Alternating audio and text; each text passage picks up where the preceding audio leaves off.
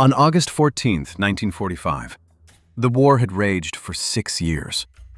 So why did Japan finally surrender on August 14, 1945? By 1945, the world was broken. Cities burned, millions dead. 2 atomic bombs had already fallen. The Pacific Theater was the last front holding Japan together. Japan's navy was shattered. Troops fought on isolated islands. Every soldier knew the war was lost. But the emperor remained silent.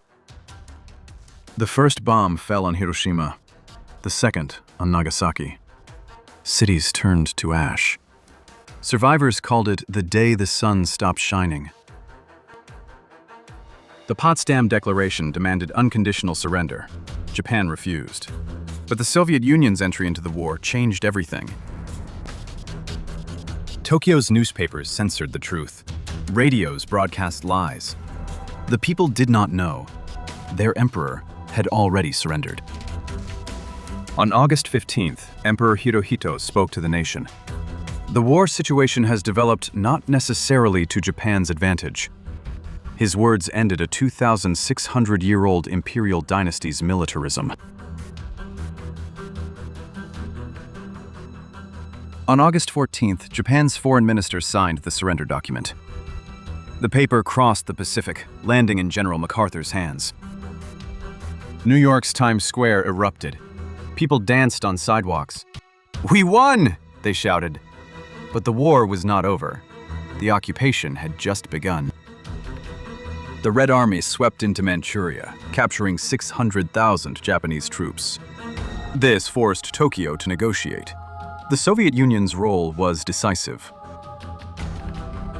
Hiroshima's survivors bore burns and radiation. Their suffering forced the world to reckon with atomic weapons. Newsreels showed American soldiers hugging. VJday, Victory over Japan, marked the end of World War II. But the Cold War was already brewing. Hiroshima's ruins stood as a warning. The bomb's shadow marked where the blast had struck. The world would never forget. The US occupied Japan, dismantling its military. The emperor became a symbol, not a ruler. A new constitution was written.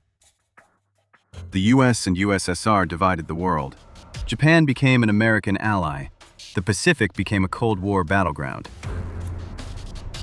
No nation has used atomic weapons since. The horror of Hiroshima became a global deterrent.